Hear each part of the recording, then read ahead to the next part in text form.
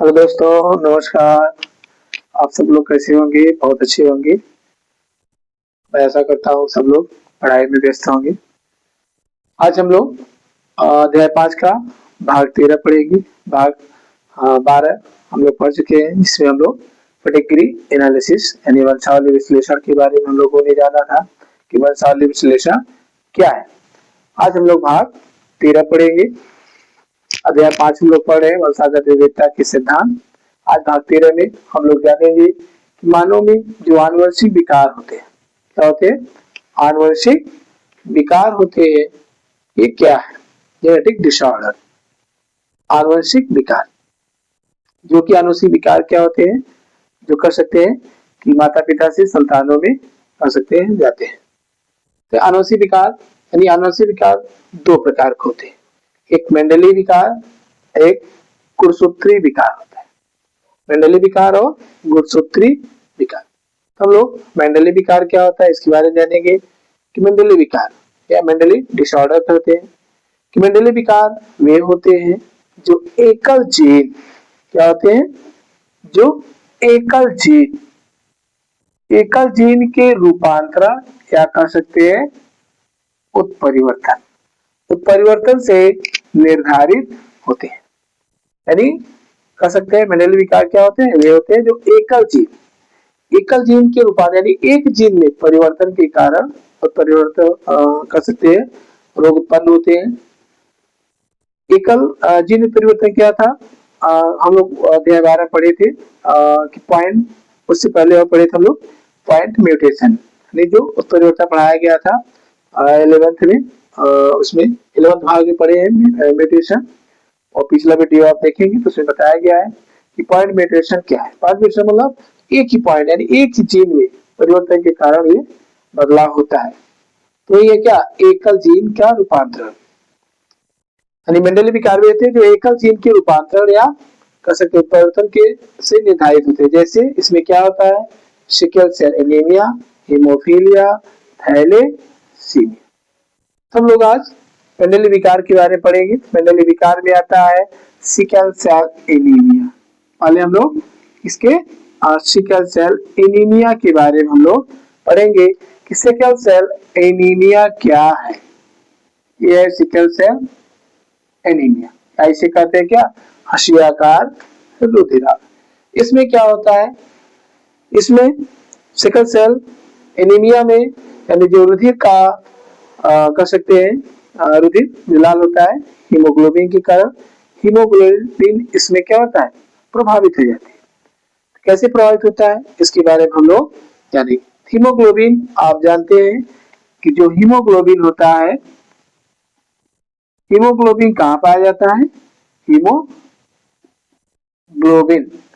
रुधिर में पाया जाता है। कहाँ पाया जाता है? रुधिर। इसके कारण क्या होता है? रुधिर का रंग लाल होता है। तो जो हीमोग्लोबिन है, इसे शॉर्ट में HB कहते हैं। हीमोग्लोबिन कह सकते हैं अमीनो अम्ल से मिलकर के बना होता है। इसमें कह सकते हैं कि 2 अल्फा और 2 बीटा श्रृंखलाएं होती हैं। क्या होती है? 2 अल्फा और 2 बीटा श्रृंखलाएं होती है। हीमोग्लोबिन में 2 अल्फा 2 बीटा श्रृंखलाएं होती है। अगर इसमें और जानेंगे कि ये अल्फा और बीटा श्रृंखलाओं में क्या होता है? अमीनो अम्ल होता है।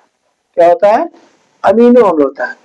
और इन्हीं अमीनो अम्ल में गड़बड़ी हो जाती है, जिसके कारण क्या होता है? रोग उत्पन्न होता है। चलिए हम लोग देखते हैं क्या नहीं। हीमोग्लोबिन को शॉर्ट में HB कहते हैं। इसमें 2 कह सकते हैं अल्फा श्रृंखला और 2 बीटा श्रृंखला या कुल मिलाकर के 4 पॉलीपेप्टाइड श्रृंखलाएं होती है। इसमें जो बीटा श्रृंखला है, क्या है? बीटा श्रृंखला। इसमें बीटा श्रृंखला का जो अमीनो अम्ल है वो प्रभावित होता है। इसमें क्या है? यहाँ दिखाया गया है आपको। इसमें ऐसे जानेंगे कि जो जीन होता है, क्या होता है? जीन में या कह सकते हैं जो कोडान होता है, कोडान के बारे में आप जानते रहेंगे तो ज्यादा अच्छा होगा कि कोडान क्या है, अमीनो अम्ल क्या है। इसको हम लोग अभी अगले अध्याय में हम लोग पढ़ेंगे इसके बारे में।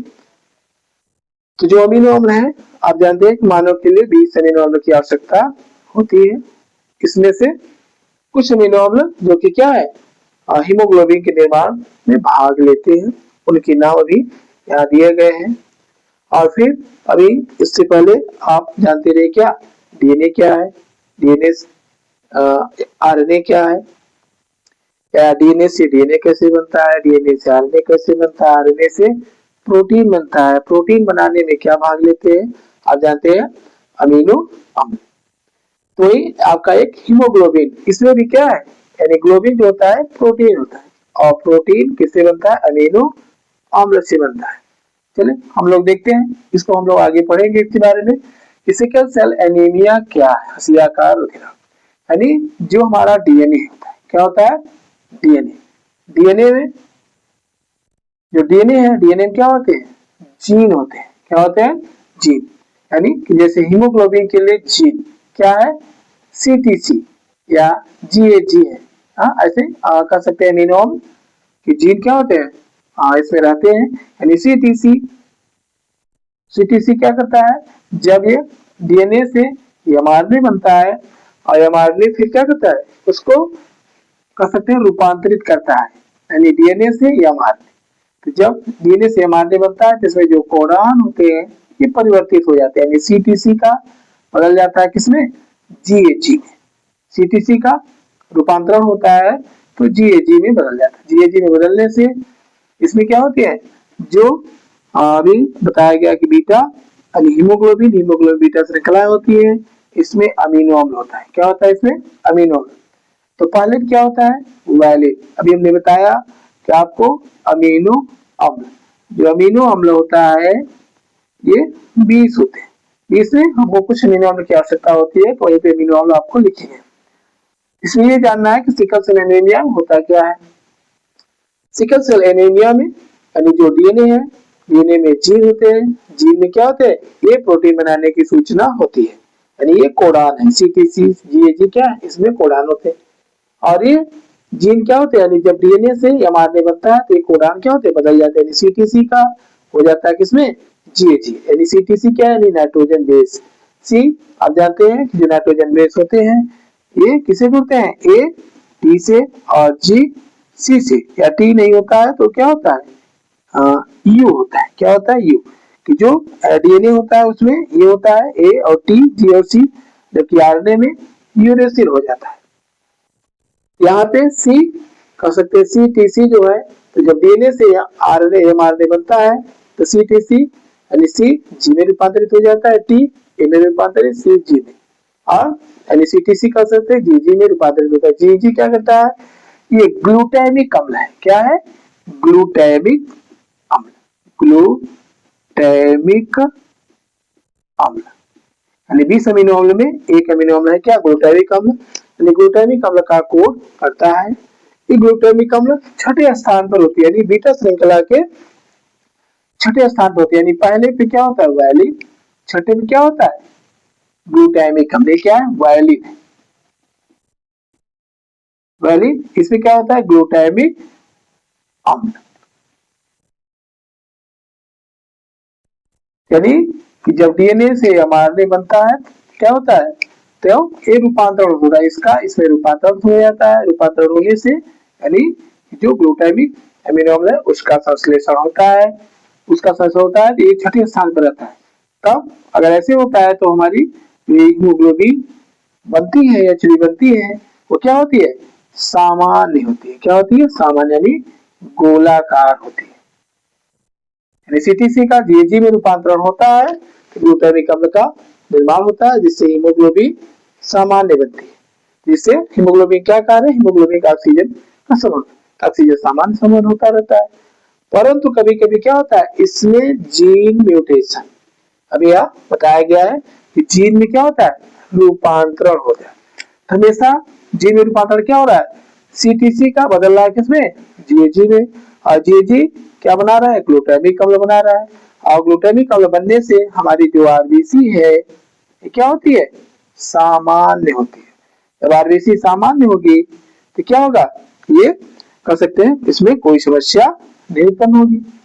परंतु कभी कभी क्या होता है सीटीसी में रूपांतरण होता है क्या सीएसी, क्या है सीएसी, और सीएसी अब रूपांतरण करेगा किसमें जीएजी में, और जब GG रूपांतरण होगा तो क्या बनेगा, वैलिन के स्थान जो कह सकते हैं पहले पे जैसे आता था ना तो वैलिन, यानी GUG क्या कार्य करता है कि वैलिन का कोड होता है। क्या होता है, वैलिन का कोड होता है।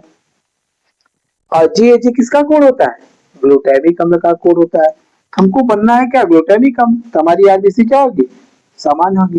परंतु जो ये कोडान है क्या, जब रूपांतरण हो जाता है इसका CTC में, किसमें, CAC, और CAC क्या करता है, ये C G बनाता है, A U में बदल जाता है, ये हमने बताया U में बदल जाएगा, और C G में बदल जाएगा, जिससे क्या होगा, वैलिन का निर्माण होगा। और वैलिन जब बनेगा तो हमारी RBC क्या होगी, असामान्य हो जाएगी। यानी कैसे हो जाएगी, हंसिया के आकार के, ये इसमें क्या होगा, गोल होगा। यानी अगर इस प्रकार रूपांतरण हो रहा है, वही चीज यहाँ बताया गया है। इसमें जो रूपांतरण हो रहा है, क्या हो रहा है, किसमें, ये हमको जानना है कि सिकल सेल एनीमिया है क्या।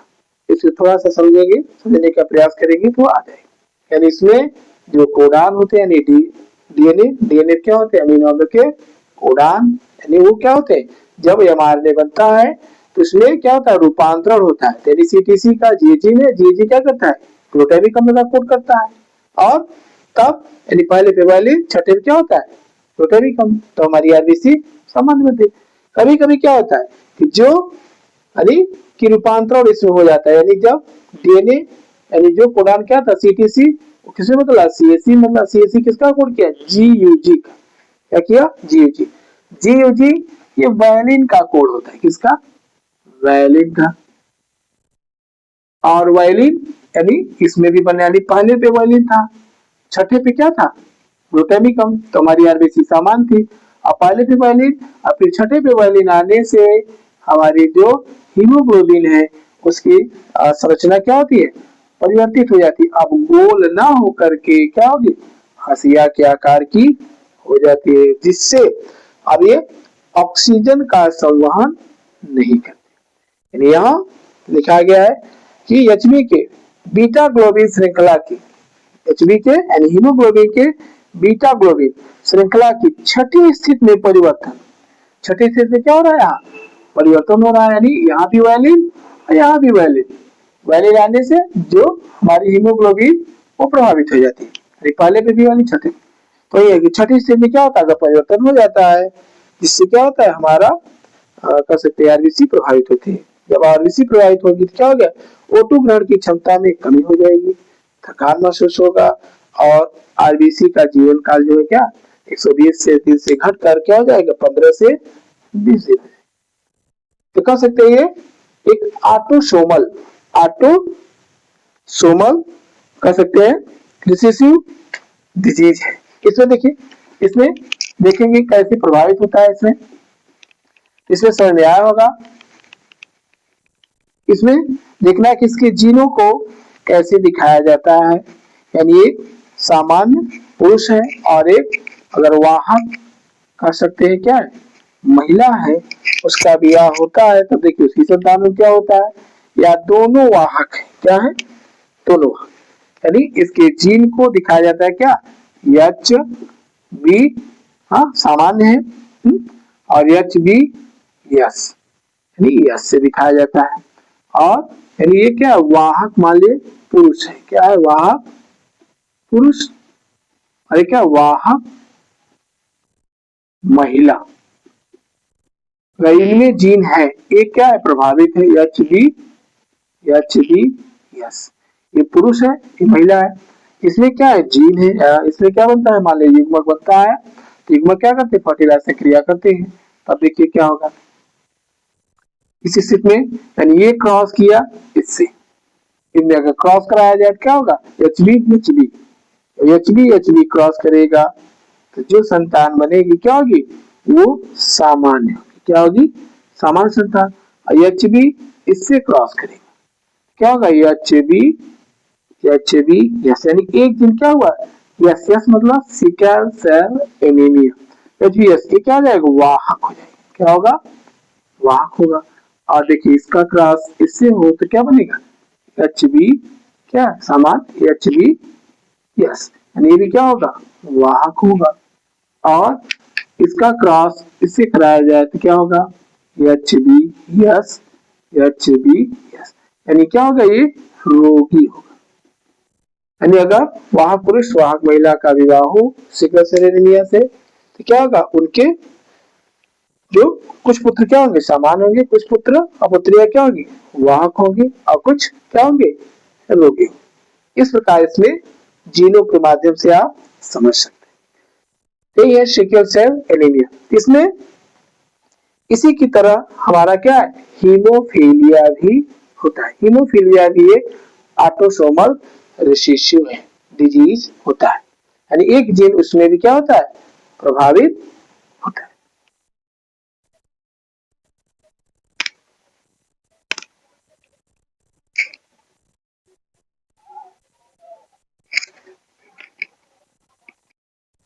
थैलेसीमिया में क्या होता है कि थैलेसीमिया जो होता है उसमें थैलेसीमिया में क्या जानेंगे, सिकल सेल एनीमिया क्या हो रहा था, किसमें कह सकते हैं कि आरबीसी की जो साइज है उसमें परिवर्तन होता है, सिर्फ किसके कारण, म्यूटेशन के कारण हो रहा है। ऐसे थैलेसीमिया में भी क्या होता है कि जो थैलेसीमिया है, हाँ थैलेसीमिया क्या है कि यह भी एक आलिंग क्रोमोसोमल संलग्न अप्रभावित जीन रखकर क्या है, विकार, यानी ये भी ऑटोसोमल है। क्या है, ऑटोसोमल। ऑटोसोमल क्या होते हैं, अभी उस दिन हमने बताया था कि जो 44 जोड़ी गुणसूत्र होते हैं उसमें 44 जोड़ी जो गुणसूत्र होते हैं, नहीं मानो कितना गुणसूत्र, 46, और जोड़े कितना होते हैं, 23। इसमें से जो 22 जोड़े गुणसूत्र